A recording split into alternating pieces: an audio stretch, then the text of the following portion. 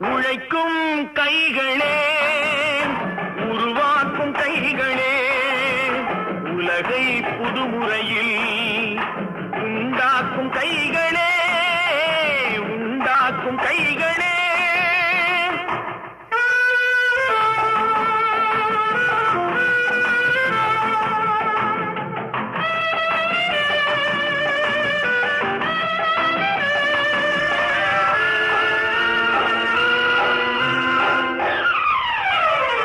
உலகம் எங்கும் தொழில் வளர்க்கும் மக்கள் ஒன்றாய் கூடுவோம். ஒன்று எங்கள் ஜாதி என்று ஓங்கி நின்று பாடுவோம்.